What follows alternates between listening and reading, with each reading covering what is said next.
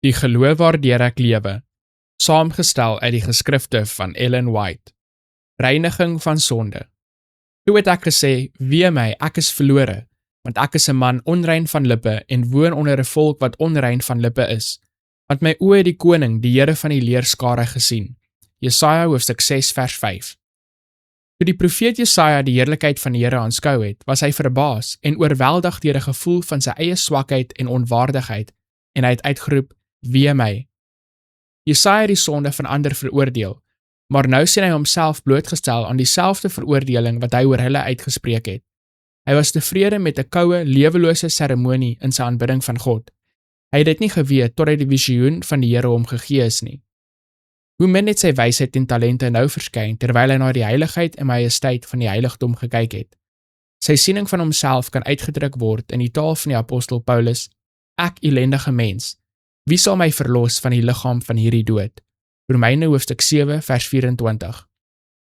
Maar een van die serafs het na my toe gevlieg met 'n gloeiende kool in sy hand.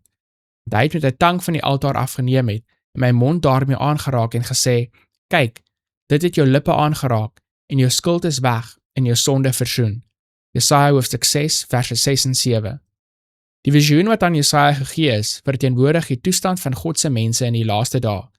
Hulle is bevoorreg om deur geloof die werk te sien wat in die hemelse heiligdom vorentoe gaan. Wanneer hulle deur geloof in die allerheiligste kyk en die werk van Christus in die hemelse heiligdom sien, besef hulle dat hulle 'n volk van onrein lippe is, 'n volk wie se lippe dikwels ydelheid gespreek het en wie se talente nie geheilig en tot eer van God aangewend is nie. Mag hulle wel wanhoop terwyl hulle hul eie swakheid en onwaardigheid vergelyk met die suiwerheid en lieflikheid van die glorieryke karakter van Christus. Maar as hulle, soos Jesaja, die indruk sal ontvang wat die Here beoog om op die hart gemaak te word, as hulle hul eie siel voor God sal verontmoedig, is daar hoop vir hulle. Die boog van belofte is bo die troon, en die werk wat vir Jesaja gedoen is, sal in hulle verrig word.